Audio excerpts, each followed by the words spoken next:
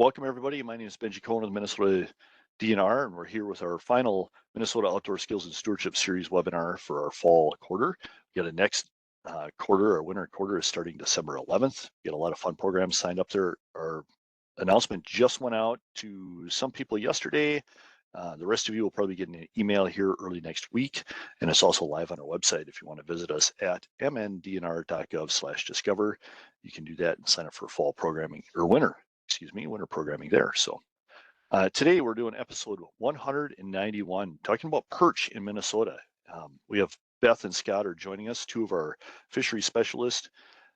Beth on the research side and Scott on the fisheries side, and an avid angler himself. So we're going to talk a little bit about perch and then how to get out and catch some of them today. So welcome, thank you both of you for joining us today, and I'll let you introduce yourselves. Hi, everybody. My name is Beth Holbrook, and I'm a research scientist in fisheries. I'm super excited today to talk to you about some of the highlights of some of the perch research that we've been conducting in Minnesota. And then after I'm done talking, I'm going to pass it over to Scott, who's going to provide some super ice fishing tips for winter. And it actually looks like the weather's changing here, so we'll probably have some ice here pretty soon. Yeah, I'll jump in and say, I'm Scott Mockington. I'm an area fisheries supervisor at the Hutchinson office. Excited to be with you guys today to talk about yellow perch in Minnesota, talking on the heels of Beth's talk, some really interesting research that's been done with perch. And then we'll take the angling side, and I'll talk about that a little bit, what we can learn from that, and just a little bit of more tips and technique for folks that want to get out on the upcoming ice in the Minnesota ice season and chase yellow perch. So take it away, Beth. All right, thanks, Scott. Okay, so why care about perch? Well, clearly you're all on the webinar today because you care about perch, as do many Minnesotans. About 20% of Minnesota anglers do fish for perch, and on average, fish for them about 12 days annually. So that makes them one of the top 10 most sought after fish species in Minnesota. And of course, as you probably all know, being on this webinar, they are delicious. The other reason we care about perch, particularly sort of from a fisheries perspective, is that they are a key link between trophic levels in our food webs. They're sort of a keystone forage species in our Minnesota lakes. When they're small, they eat smaller invertebrates like zooplankton and aquatic insects. And then as they get bigger, they actually become predators themselves. So they will eat larger aquatic insects and fish as well, including cannibalizing other perch. We actually found a fair number of perch in perch stomachs while we were doing this research. And actually in this case, we captured a perch that was actively eating another perch. So it's not uncommon that they eat each other. But they're also a really important forage fish for some of our most sought after sport fish like walleye and pike.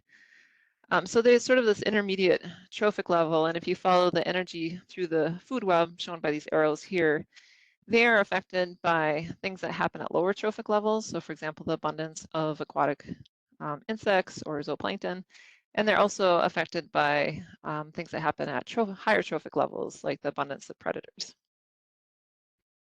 So how do we assess perch populations in Minnesota? The main tool that we use are standard gill nets that we use as part of our lake survey monitoring program. So these sit like a fence on the bottom of the lake, and this cartoon sort of shows a net with 2 meshes, but actually they have 5 different meshes. They're about 250 feet long and 6 feet tall. And if you've ever gone onto Lake Finder, and the website is shown here, you'll put kind of your lake of interest in there and then pulled up the lake survey report. That data comes from our standard gill net surveys. So if you're looking at, for example, the species that are available in a lake or the size or the quantity, that's all collected using our standard gill nets. We can also use that data scientifically to look how catch rates have changed for different species across the state. So that's what my colleague and co-investigator on this project, Bethany Bethke, did. She looked at the yellow perch catch rates in our standard gill nets over time. I'm showing this plot here, and this is just an average from all the lakes across Minnesota, but she did see a decline, a significant decline in the catch rates, where they're about half today what they were about 25 years ago. So the caveat here is that the mesh sizes that are used in our nets catch different size fish. And for perch, the minimum size that are caught in our standard gill nets is about 5.5 inches. So if perch are smaller than that, they can just kind of swim right through, pull up a laser pointer here, right through these squares of mesh. So from Bethany's work, we can say confidently that we know that the catch rates of larger perch are declining, but we wondered if that might be in part because the size structure was changing. So for example, if the perch population was becoming smaller over time, we wouldn't catch as many of those perch in our standard gill nets. So to look at that, we used a metric we call the average maximum length. So that's just the average of the 15 largest yellow perch from our standard gill nets. And we looked on average across all the lakes in the state and found that the size structure does appear to be changing, that on average, lakes were losing about 1/2 inch in size structure over the last 25 years. If we looked at individual lakes, that's shown in this map here, you can see that there's a lot more pink and red dots, which represent declines of 1/4 inch or more in the maximum length, compared to blue dots, which are an increase of 1/4 inch or more. So these results indicate that, that it does appear that perch are shifting to a smaller size, and it would suggest that our gill nets probably aren't as effective in catching some of these smaller perch. So what's happening with perch less than 5.5 inches? Well, the problem is that we don't typically sample those smaller perch, so we didn't really have any information on the rest of the perch population. We really don't know what we don't sample. So I work out of the Brainerd office, and the Brainerd area crew here decided that they had a couple walleye lakes where they were seeing declines in the standard gill net catch of perch, and they were kind of curious whether perch were still in these lakes. They were just smaller. And so they used some what we call fine mesh forage nets. They are the mesh size, the squares of mesh are much smaller than our standard gill nets to catch smaller perch. And they wanted to look at, and here's a picture of a close-up of what those small mesh nets look like. And then they assessed things like length of maturity and age of maturity. And what they found was actually really surprising at the time. Females in these two lakes were maturing around 4 inches, and males were maturing at less than 3 inches. So to give you a sense of what a less than 3-inch mature male looks like, here's a picture here. I mean, they're very small, So this was surprising because it suggested that perch could potentially live out their entire life cycle without ever being captured in our standard gill nets. They could mature, they could be born, grow, mature, or die, and we might not ever catch them in our standard gill nets. So it was pretty clear that there was a lot we didn't know about perch populations, and my co-lead on this project, Bethany and Bethke and I thought this would be really interesting work to bring to expand to more lakes across the state. So we developed a 3-year statewide research project in cooperation with 17 offices across the state. And our objective was to collect data from perch of all sizes and learn more about populations in Minnesota. So some of the questions we wanted to ask was, when do perch mature? What we saw in those 2 Brainerd lakes, was that common? Was that an outlier? We also wondered how size structure varied between lakes, and I wanted to begin exploring what might be causing some of these differences. So the methods we used were those standard gill nets. Again, those are those bigger mesh nets that we use for our standard lake surveys. And then we used 2 supplemental gears. Again, those fine mesh gill nets, those really small mesh nets shown in this picture here. And then we also use boat electrofishing, and that's where we use electricity to stun the fish, and then we scoop them up. And that allowed us to catch perch that were a lot smaller than that 5.5 minimum size that we see in our standard gill nets. And I'm not going to lie, boat electrofishing is some of the most fun sampling we do. It really is a lot of fun. But we did these 2 supplemental gears in the fall, and perch spawn in the spring, but they just start developing gonads around September. So we could do the sampling in the fall when management had a little bit more time to do the sampling, and we could still collect data on sex and maturity. And we also collected information on length and age as well. And again, I just want to reiterate that this was a huge collaborative project. There's probably 100 fisheries staff that contributed to this project.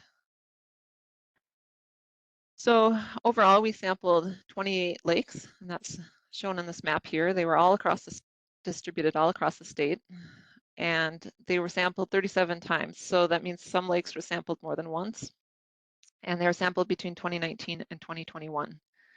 We also collected age estimates from about 8,000 perch, and that was using otoliths. Otoliths are a little ear bone that we take out, and then we can either, I guess, perch are sort of like trees in that they grow quickly during the summer, and then in the winter they grow really slowly or don't really grow at all, and they put down annuli. So the picture on the left shows a whole otolith, and we can usually use these for smaller fish, and then older fish will crack those otoliths and toast them, and then we can just count the rings just like a tree ring. So this perch in this picture here was 1, 2, 3, 4, 5 years old. So we had some really good, we wanted to age fish so we could get information about age and maturity and also growth. So what did we learn?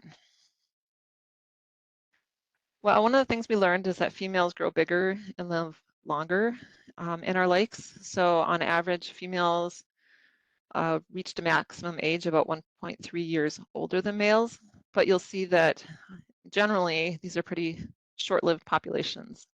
So the oldest perch that we did age for this project was 17. We do have a few lakes where they live longer, but generally they are kind of, they grow quick and they kind of disappear quickly.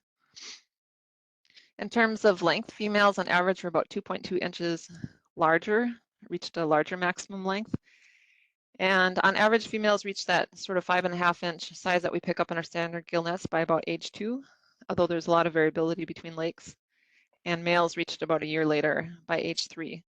So because females get larger and live longer and grow more quickly, we hypothesized that catches in our standard gill nets were probably, or could be more likely, female dominated. So we asked areas to sex the perch from the standard gill nets, and that's actually what we found. So the lakes in our study are listed on the left side here, and then this was the percent females that we found in the standard gill nets. So at the top of the plot, these are more female dominated. In fact, we had 3 lakes that 100% of the fish in the standard gill nets were females, but most of our lakes were skewed towards proportionally more females. And then we had a handful of lakes at the bottom where it was more of a 50-50 ratio. And these lakes tended to have a larger size structure with males that grew bigger. We also found that perch mature young. So again, this plot shows the lakes in our study and then the age of maturity. On average, females laid eggs for the first time when they were about 1.5, 1.6 years old. The range was from 1 to 3 years. So lakes with younger age of maturity are shown on the bottom, and then an older age of maturity are shown on the top. The surprising thing here is that we actually saw females who were maturing at the end of their very first summer in some lakes. So we consider those fish young of the year or age 0, and they would spawn for the first time as 1-year-olds. And that's, the earliest you could possibly mature, and I don't think we really have any, even in the literature, there wasn't any perch, other examples that we could find from other lakes where perch were maturing that quickly. So that was a kind of a surprising finding. In terms of males, they spawn typically younger than females. So most of our lakes, males were actually maturing at the end of their very first summer when they were young of the year, and then would spawn for the first time at age 1. And the range there was about 1 to 2. So these fish mature quickly. And because they mature so quickly, they also mature small. They just don't have time to get very big before they mature. For females, on average, they lay eggs for the first time when they're about 4 inches long, but we had lakes where fish were as small as 2.7 inches. And then we had a couple lakes where they reached larger sizes. And then males spawn for the first time because they spawn even sooner than females. They were even smaller. So typically when they were about 2.5 inches long.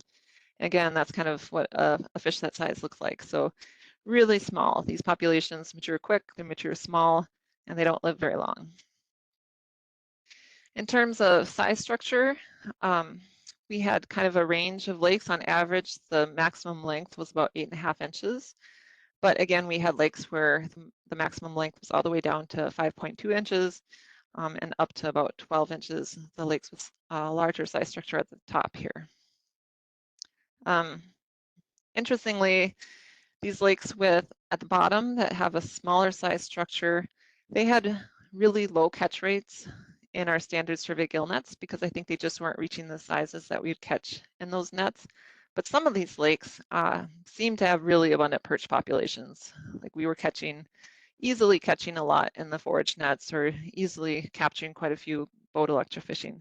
So some lakes might have really robust populations of perch, but they're stunted and they're just not reaching those larger sizes that we sample in our standard gill nets.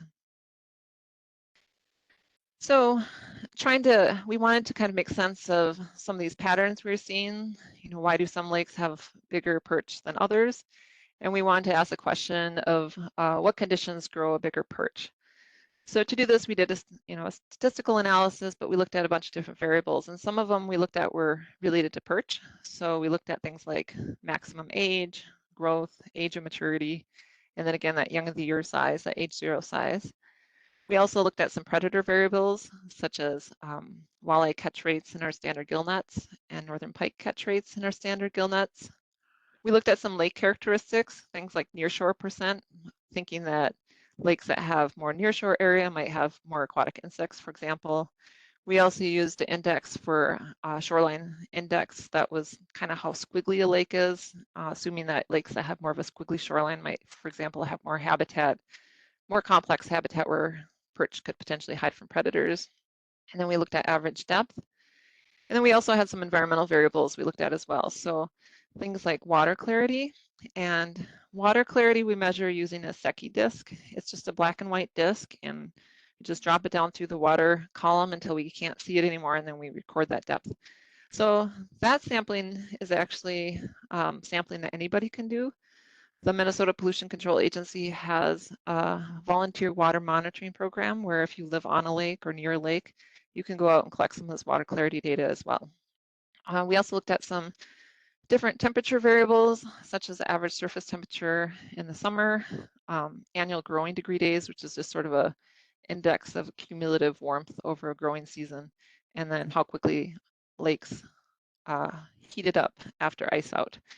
And all of those temperature variables were based on some work that another research group has done monitoring those or modeling those temperatures for lakes. Okay, so we took all of these variables and then we asked, well, what's most important or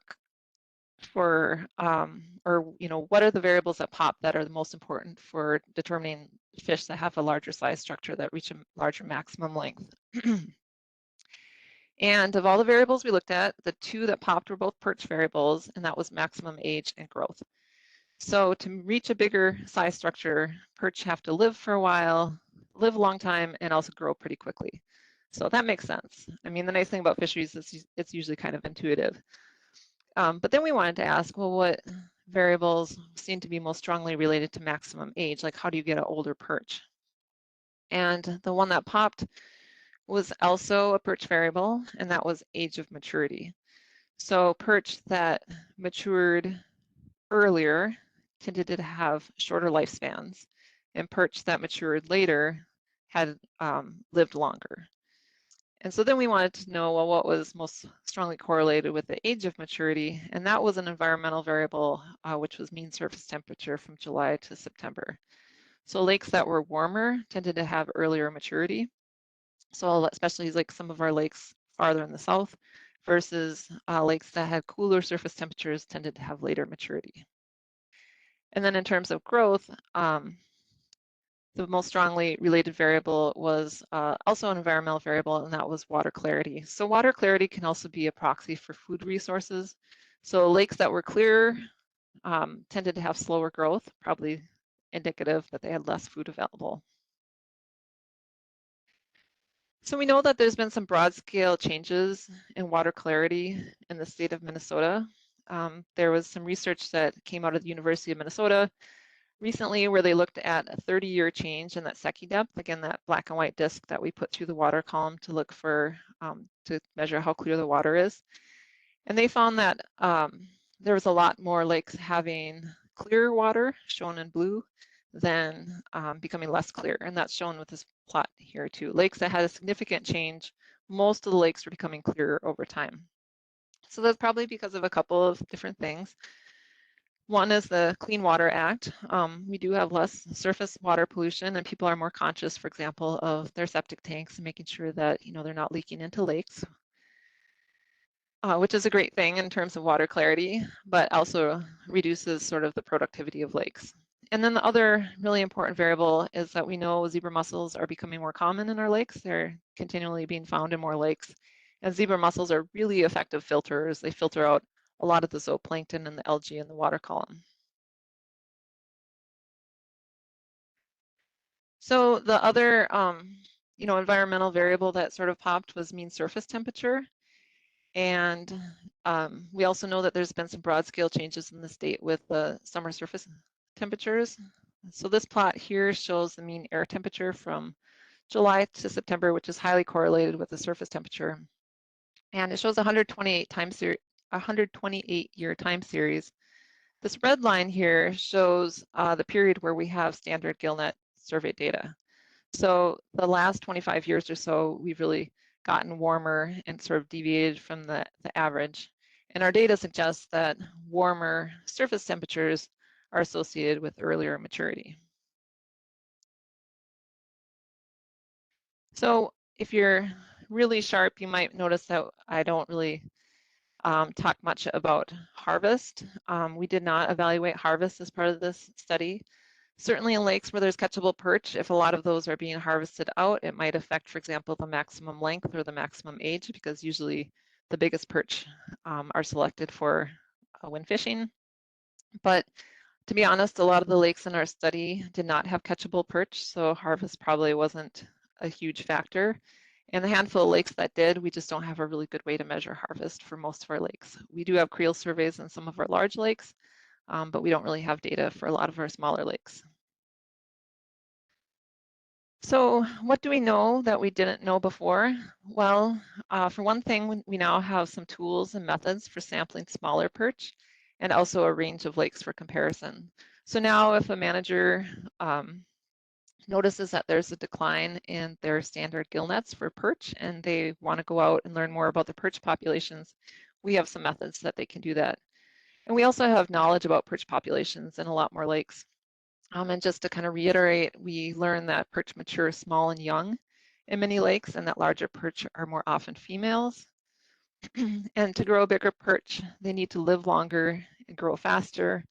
It appears that water temperatures are associated with earlier maturity and a shorter lifespan, and clear water is associated with slower growth.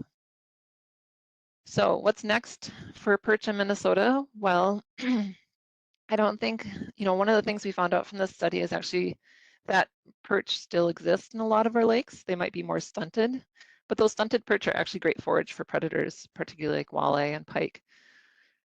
So in lakes where people don't really actively target perch for catching, it still seems like we have lots of lakes with lots of perch that provide that good forage. There's sort of an open question right now about how we can retain size structure in lakes that do have catchable perch. I mean, certainly in fisheries, we want to make sure that people can catch perch. It provides a unique fishing opportunity, and we want that to be available to people long into the future. So we do have some additional research that's planned to continue to try to tease out the factors that are correlated with maturity, growth, and size structure. And then we have some management discussions that are ongoing. We have some work groups that are sort of working on this question to ask whether there should be some different management actions that should be taken to help retain size structure. But I also wanted to end on a positive note, and that is that we still have many lakes that have catchable perch. And we actually have, of the 10% or so that are showing increasing size structure, A lot of those are actually our large lakes. So lakes like Cass, Cabotogama, Lake of the Woods, Pepin, Rainy, and Upper Red have all shown that an increase in perch size structure. So that's actually really great because those tend to be a lot of the lakes where people like to target them as well. So there's still a great fishing opportunity and to catch perch in the state. And I want to pass it over to Scott at this point, and he's going to provide some tips on how to catch them. Good job, Bethany. Well, Scott pulls his presentation up. Jeff had one question there. Is early spawning maturity unique to perch, or is it common among other fish also? You know, that's a great question. Right now, Chris Smith is working on crappies, and he's finding also really early maturity. So I think for crappies, females are maturing around age 2 and 3. And so perch maybe are maturing just a little bit earlier, but also, you know, I think it might be common to, especially fish that are forage fish that get eaten a lot, that they have to kind of mature quickly in order to continue to have robust populations. Great. Scott, we'll turn over to you for the fishing side of things. Awesome. Slides are coming up. Everything's looking good. Yeah, it looks great. All right, yeah, I'm going to talk a little bit about the angling side of it. Beth has done an excellent job of filling in those information gaps that we have on the fisheries management side of the spectrum. And this is just a really great example of how fisheries research and fisheries management can work together to try to learn new things and help us better manage your fisheries. So kind of turning the page, talking a little bit about perch angling opportunities. It's starting to get cold. We're starting to get some ice. We'll talk a little bit about it. I'm going to kick off right on the heels of what Beth was talking about, which is kind of cueing in on some of the life history and how it applies to yellow perch, because there's some information that's going to help us out as anglers. So first and foremost, you know, Beth talked about this a little bit, right? Those perch are aging and maturing, and she talked about the role that they play. In a lot of lakes in Minnesota, it's a forage role, and that's important. That's why we want to learn and study perch. They play such an important role as forage for predators, but there are places where they do provide angling opportunities. And really, if we want to key in on that, what we're putting down the line in the summertime or now in the winter through an ice hole, really we should be paying attention to their diet. So their foraging is going to shift, right? They're going to start off on zooplankton, then switch to an insect diet, and eventually they're going to switch over to piscivorous and eating fish. So that's going to matter for what we put down our hole. They are a schooling species, so keep in mind, if you find one, where you find one, there's probably more around. So you can get on top of those fish when they're schooling and in large numbers. And they're a roaming species. This is really what's going to dictate how we're chasing them down as anglers. You really have to work hard to find perch first before you can catch perch second. They are a low dissolved oxygen tolerant species, which can play into some of our angling opportunities. We'll come back to that a little bit. And then like Beth was talking a little bit about, those diets are highly variable. You find all kinds of things that they key in on. It might be native or rusty crayfish that are molting, a large mayfly, spot tail shiners, lots of those bloodworms or chironomids, and then even young of your yellow perch, they're even a little cannibalistic. So where do we'll cut to the chase, because a lot of people on this presentation want to know, well, where should I go to catch these really big perch? And Beth let the cat out of the bag. We've got some our 10 largest lakes for walleye in Minnesota are some really great places to start. We mentioned Cass, Cabotogama, Lake of the Woods, Pepin, Rainy Lake, and Upper Red Lake. Those are 6 of our 10 large lakes. Those are great places to find large walleyes.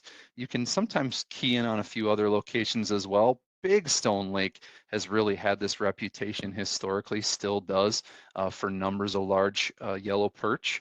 And it still is the case out there. It's actually been a really popular fishery of late. This is border waters, Minnesota, South Dakota, really large crappie, really large bluegill, getting some nice walleyes and perch out there, and then really blowing up for bass. So largemouth and smallmouth. So great angling opportunities out there. We're paying attention as that lake goes through some system change, a little bit of clearer water, more vegetation, just to see how the fish community is going to respond.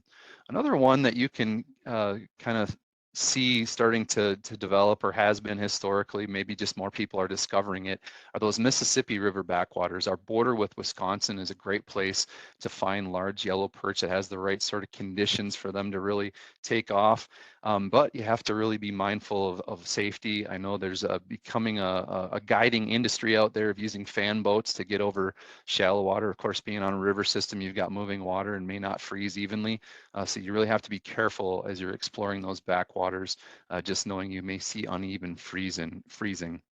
And then shallow winter kill basins. This is, and I preface this by saying where and when the stars align a little bit. Some of the largest fish I've seen working in southern and western Minnesota have been on these winter kill basins, places that, because yellow perch are low dissolved oxygen tolerant, there's always a number that are able to survive through winter kills that might wipe out half to 3/4, maybe even up to 90% of the other fish that are in the lake. When you really create that vacant system, not completely vacant, maybe just a few survivors, you really end up creating a perfect environment for yellow perch. They don't have a lot of predation pressure. They have a whole buffet of food in front of them. And those opportunities can last a season or two, but usually in time, these shallow lakes change, and they don't last like that forever. That's why I say they're an ephemeral opportunity. They're not permanent. Because we had some winter kill just 2 years ago, we may have hit reset on a lot of those ponds. There's not a lot of great places I can point to, but if you can do some sleuthing or talk to your area fisheries managers in western and southern Minnesota, you can sometimes find those locations. How about when we're actually out on the water? Where do we want to look if we're on a lake? Well, like I mentioned, they're a roaming fish. They're going to be moving around, so you have to put your time in. I know I was really excited to take my dad out on a big perch fishing trip, but I know he probably wasn't going to be crazy about spending a whole day drilling all over on the ice. So ultimately I decided, well, I won't take him along on this trip. It ended up being a situation where after drilling for about half an hour, we found big schools of perch and had fantastic fishing. But on a different trip to this part of the state, I can remember spending an entire day drilling before finally finding some fish. And then on the second day, we knew where they were and were able to find them. So you really have to invest in that search aspect of the fishing side of it. One thing you may find, perch are often mixed in with other panfish. You may come across some bluegills, some crappies, and you may pick up those perch mixed in amongst them. Again, probably just having to do with the fact that they're looking for similar prey items. You know, actually on the lake, you know, when I talk to little kids about yellow perch at school fairs or environmental learning days, we talk about, what does a yellow perch look like? Well, we've got these great big stripes on the side of them. What is that great for? Well, that's good camouflage, right? You're going to hang out in the vegetation. So finding those vegetated locations are great places to find perch because it's cover for them from predators, and it also is a place that is cover and holds some of the food that they're chasing down, some of those aquatic insects, and even little clouds of zooplankton. We talk about flats. So when we're talking about flats, we're talking about the bathymetry of the lake or the way the depths change. These are usually long expanses where the depth is unchanging and flat. You know, if it's consistently flat, maybe even vegetated, those schools of perch are just able to roam over those basins looking for food and avoiding predators. Drop-off edges are really great places because perch want to avoid their predators, so they can drop into deeper water and they can move up to shallower water to try to find their food. And again, you may find them mixed up like we did in this photo where we had some perch hanging out with bluegills. Mucky basins are a great choice, particularly, you know, just because those are the places a lot of times that you're finding those bloodworms or chironomids. A lot of insect life likes to hang out in those sticky, soft lake bottoms. And the depths can just be so variable. A friend of mine that's a guide out on Devil's Lake in North Dakota talks about finding perch in 40 feet of water at times in the winter, and other times in the winter they're moving up to 5 feet. Another friend of mine that does some fishing on Leech Lake will actually sight fish, cut a hole up in the northwest corner of the lake on the sand flats and be looking down in 3-4 feet of water, jigging and watching fish come in very shallow. So they're really able to cover wide expanses of shallow and deep water, so you really have to look everywhere for perch. If we talk about the gear and we want to gear up, I'll start with rods. You know, there's probably two different rods that you want to have at your disposal. One's that medium power, fast action, something that's able to handle a larger size bait, a jigging spoon, maybe as large as a 1/4 ounce. You know, smaller is ideal, a 1/16, 3/8. Those bigger, those bigger, stiffer rods that are going to be able to help you effectively jig spoons and larger baits. That's a great, you know, starting fast way to chase those fish, move around and throw a big jigging spoon at them. Sometimes you want to slow down a little bit too if you do find those fish or you find them to be particularly moody. That's where you'd switch over to a more of a medium light power and a moderate fast action. When we're talking about the action of the rod, it's where does the bend in the rod actually occur? And if it's fast action, there's just a little bit of bend on the tip. It's stiffer. On a medium fast, it's going to have a little more bend to it. And it might be a noodle tip rod, might be a rod that you outfit with a spring bobber, but something that's very delicate to sense a very light biting fish, because these perch are very moody. Some days they're coming in and slamming a bait aggressively. Other days they're going to come in and maybe be turned off by a cold front or something and bite very lightly. You know, reels, probably going to be putting spinning reels on there. You know, put something that's got a good drag and it's smooth and easy when you operate it. And the line typically gearing down because these are panfish, they're not real big. 2, 3, or 4 pound monofilament works well. You can switch to fluorocarbon if those fish are particularly line shy, but that fluorocarbon is going to be a little bit stiffer and sink faster. Braid isn't always a great option just because those perch tend to swim right up and visually inspect those baits, and you don't want to turn them off if they're seeing something they don't like. Lots and lots of baits or presentations on the end of our line are available for yellow perch. Small jigs are a great choice. If you're looking at the jigs in the photo here, you'll notice some of them have segmentation mimicking insect bodies. You know, we're able to thread onto our hook some different baits. We'll talk about that in just a second. You can put those jigging spoons that I was talking about earlier on. Those are great for, you know, calling in some aggressive fish, getting a lot of flash in the water. Maybe you've got some rattles in there that are calling the attention of these fish. They are kind of inquisitive. If you drop a bait down on the bottom and you bounce it on the bottom, kind of stir up a puff of sediment, that's a great way to suck in a school of perch to kind of check out what's going on in the area. And so making a little bit of noise and commotion helps. Body baits, these work well, particularly for larger fish. It's going to help you sort of sort out the smaller fish and larger fish. If you're throwing a bigger bait down there, these body baits are 2 or 3 inches long. And because, hey, we talked about perch being cannibalistic, maybe we'll start off with a hot color like a yellow perch imitation. Dropper rigs are kind of tailor-made for yellow perch. We can put these down. They've got a chain on there. A lot of times you may see these perch or feel these perch come up and bite your hook, but they're excuse me, they're biting the hook, but they're attacking the spoon portion or the tie-on or a bead or a weight or something. This is a good way to get at those finicky fish. Just put something down on a dropper. They're likely to get the dropper. You can drop the rod tip down. They won't feel any weight, and then you can set the hook. So these dropper rigs work really well.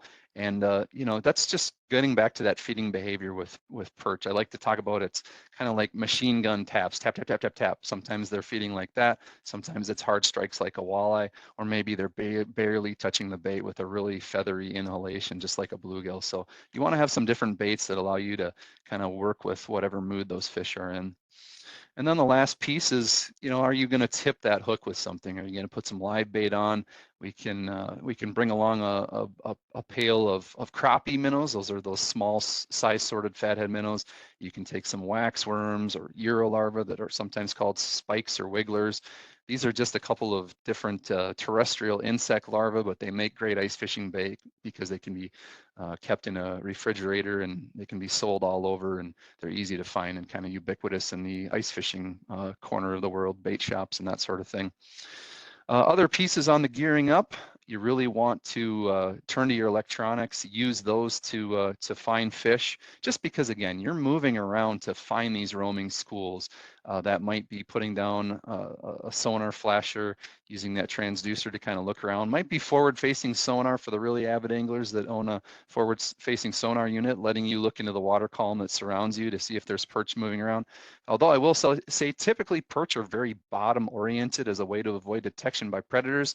That makes it hard to see them show up on sonar, whether it's down-facing sonar or forward-facing sonar, until they start to rise off the bottom and you can distinguish between that fish and the bottom. That's why when you are using electronics, you really want to pay attention to the bottom. And that last potential electronics piece that you can use is underwater cameras. In my experience using underwater cameras, yellow perch aren't too terribly shy of the camera coming down on a cable itself. That is kind of different from other fish behavior. There's species like walleyes and other fish that do get a little bit spooked by putting that camera down there. The perch don't seem to mind one bit. Talk a little bit about technique. A very popular buzzword in the world of ice fishing, particularly for perch, is ice trolling. This is the idea that you're going to stay on the move to find fish. If you were in a boat, you'd be trolling around, covering as much water as you can. When you're ice trolling, you're doing the same thing. You're cutting as many holes as you can. Maybe you're working as a team to move around and try to find and mark fish.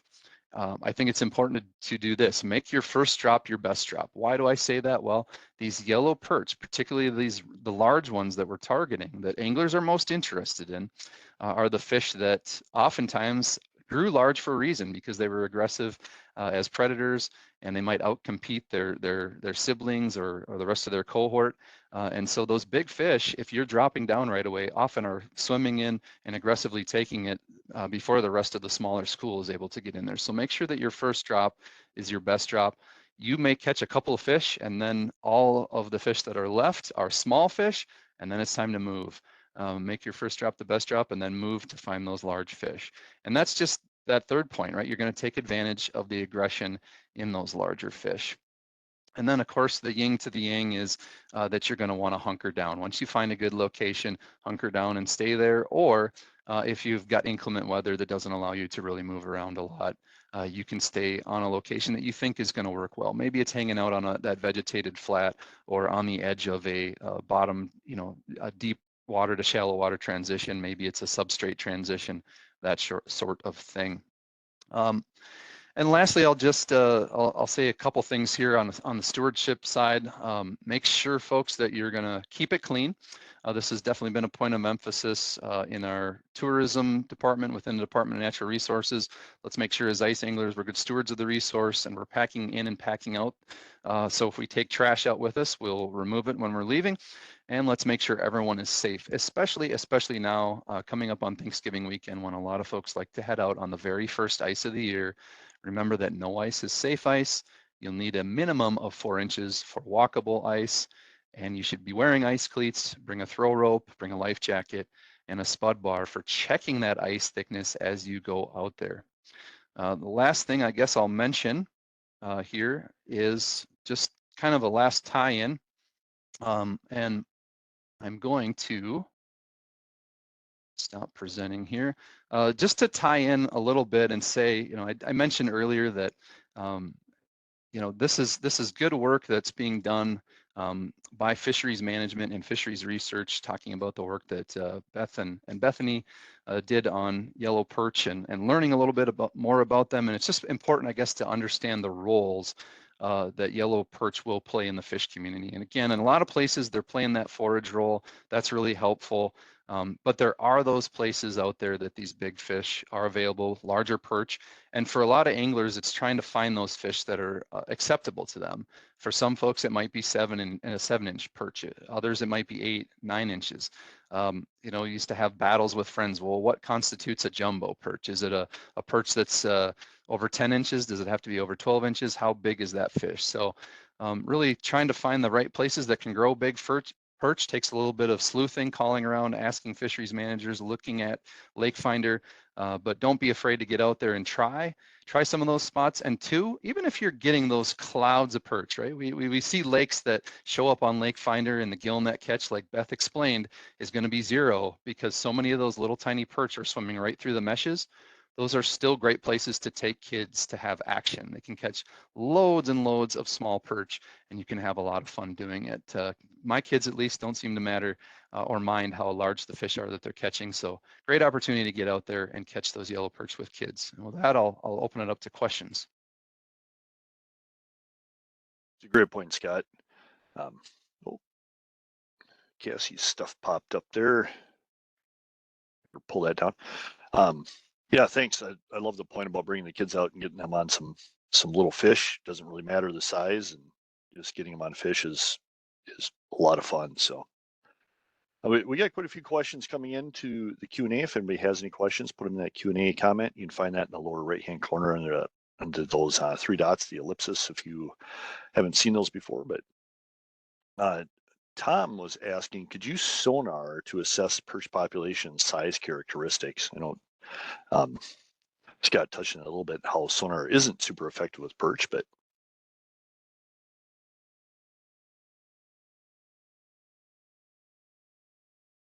I'm not quite sure if this is like more of a research question or more of like a fishing question. I think it was in the research part that he asked if Okay. for assessing the population, if you use sonar versus gill nets. Yeah. So the challenge with sonar is that it's not super effective in highly vegetated areas, and perch tend to be strongly associated with really vegetated areas. So I think that's the biggest challenge with using sonar, whether that's down facing or forward facing or side scan. It's I think there are limitations, I guess, for trying to use it for a sort of especially, and Scott mentioned benthic oriented too. I mean, that's something we saw with our nets all the time. They would be all along the lead line, which is the line that sits right on the bottom. So if fish are too close to the bottom, it's really hard to also resolve them with sonar. Great. I'll just add to that to say that the person most qualified to answer your question just did, because Dr. Holbrook did her dissertation on using hydroacoustics. So if anyone knows how to use sonar for quantifying fish, which makes a great point, those fish are going to be hard to do just because of where we're going to find them and the kind of habitats and some of those challenges. But appreciate the question. Eric had another question for you. Was the type of forage taken into consideration for size structure in the perch? We did not. That's an excellent question and an excellent point. It's pretty challenging to do that in as many lakes as we sampled. So sometimes we have to limit like the detailedness of the data versus having more lakes. So the problem with that is just to really quantify the like zooplankton and aquatic insects. It takes a ton of work. And so that's something that going forward, we could maybe do a more detailed, and this is something we've actually talked about, is to select, hand select some lakes that maybe have really good size structure, because now we know what the spectrum is, and then maybe some lakes that don't, and then do a more detailed analysis within those lakes where we could look at something like the forage space. Great. Mark was asking, is there any evidence of genetic strains of perch like we do in walleye? Our geneticist, Lauren Miller, did do some perch work, and this was back, I want to say, maybe 10, 15 years. So I think, there's certainly genetics have evolved since then. But at the time he did it, there wasn't a lot of like differences in genetic strains. Oh yeah. Here's one for Scott. You'll probably like this one. Riley, their young child, age 7, has a question. Can perch be different colors in different lakes? Do they change colors by the season? Yeah, absolutely. Our color is very plastic, meaning it's highly variable from place to place. We see some gorgeous golden colored perch in places. We see those bright red and orange fins in places. Other times it's a little more drab, and a lot of it has to do with the age of the fish, the place where it lives, the time of the year. So a lot of variability that you see there. And I know it's become something, a popular phenomenon, maybe just in the small world that I live in of ice anglers, but counting the stripes, can you find a 7 or 8 or 9 striped perch? So that's your challenge is, Riley, you got to get out there and find a perch with as many stripes on it as you can. That's great. William had comment in here. Is there an explanation for the big change in the quantity of small perch? The lake he's talking about has been stocked with walleyes for many years, and the population of small northerns has increased. Yeah, so because we don't, until this project, we really haven't sampled smaller perch.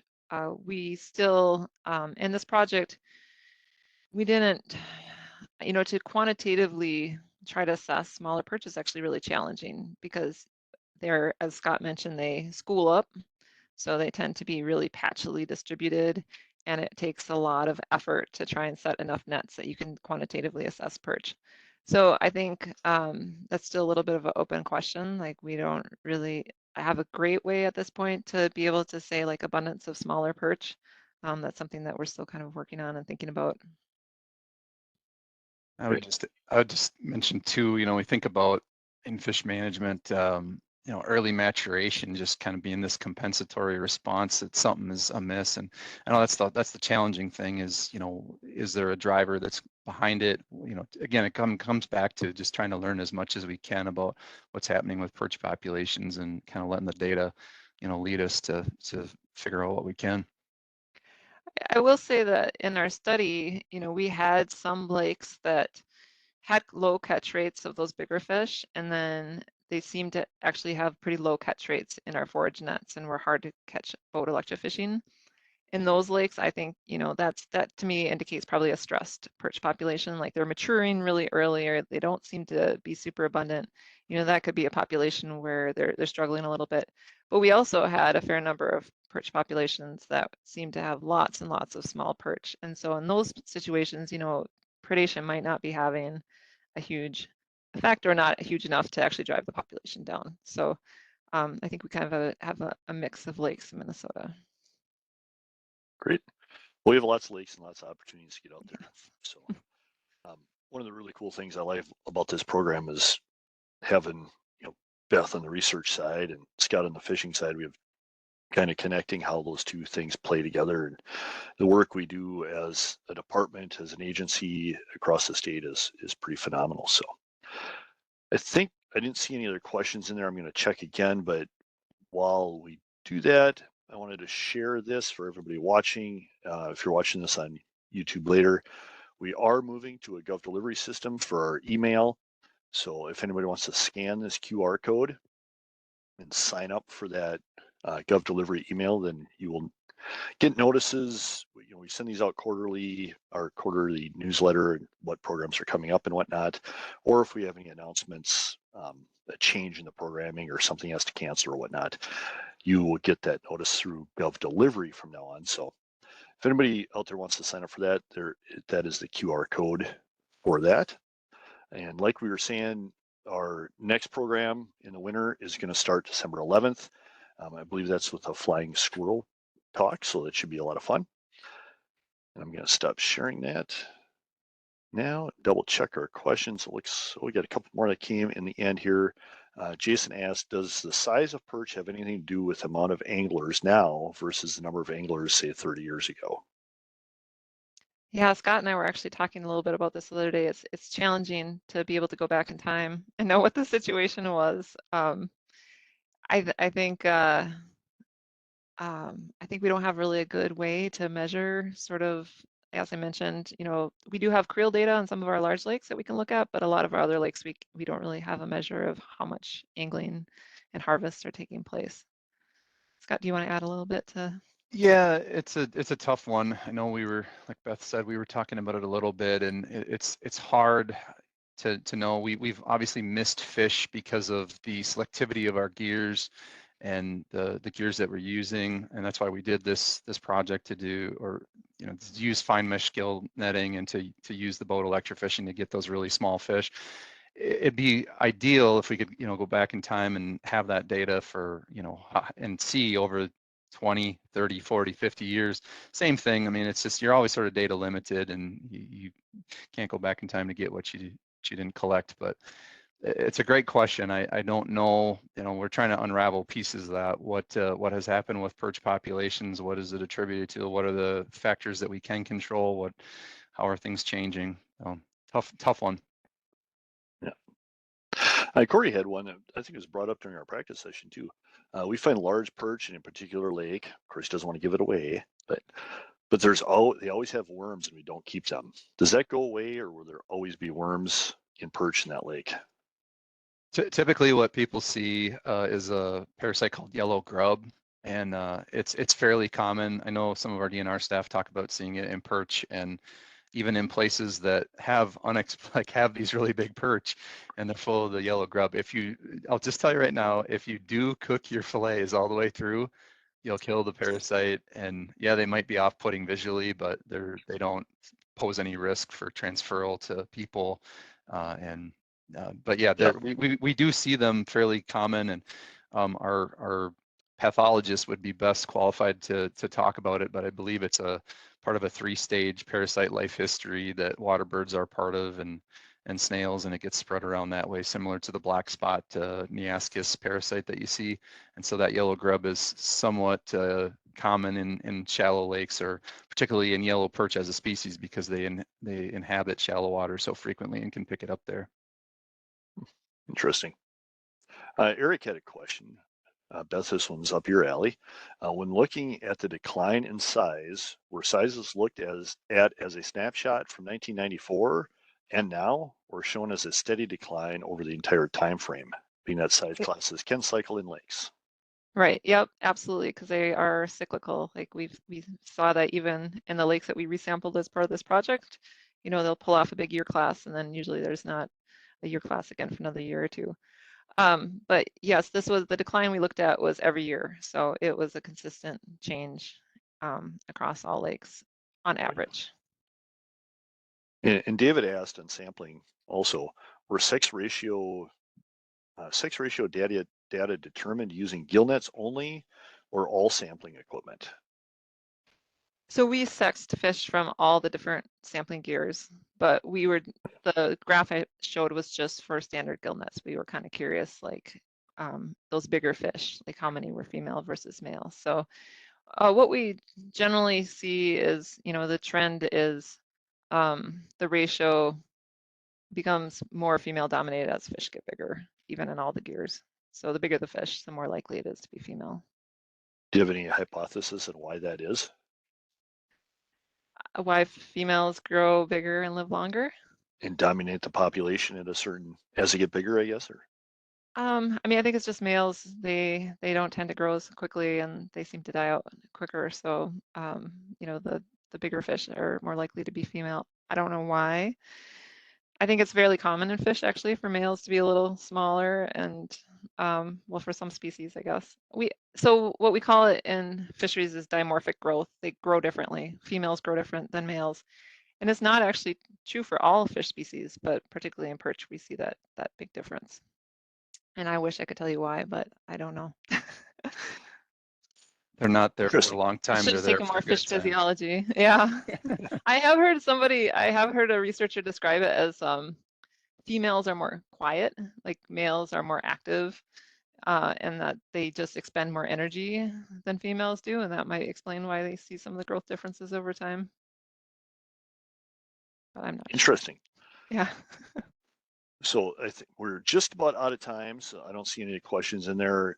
Again, I want to thank both of you for joining us today, and what's turning out to be a holiday week, a short week for a lot of people. So I hope everybody, cold weather's coming in. If you do venture out on the ice, use extreme caution. It's not safe yet. I haven't seen anybody out ice fishing yet. Probably won't this week, but use extreme caution out there. Get outside and enjoy the outdoors while you can. And I know we got a turkey trot coming up tomorrow morning for my girls. They want to get out and run and have some fun. So have fun, stay safe out there. Thanks to Beth and Scott for joining us and sharing your previous passion and knowledge about this program, about perch in Minnesota and about fishing in Minnesota. We really appreciate it. And hopefully we will see everybody here in a couple of weeks. We'll be doing a program, number 192, on flying squirrels in Minnesota. So we'll move from fish to flying squirrels. It'll be kind of a fun talk. So look forward to seeing everybody in a couple of weeks. Have a good holiday weekend, and thanks everybody. Thanks. Happy Thanksgiving. Yes. Thank you.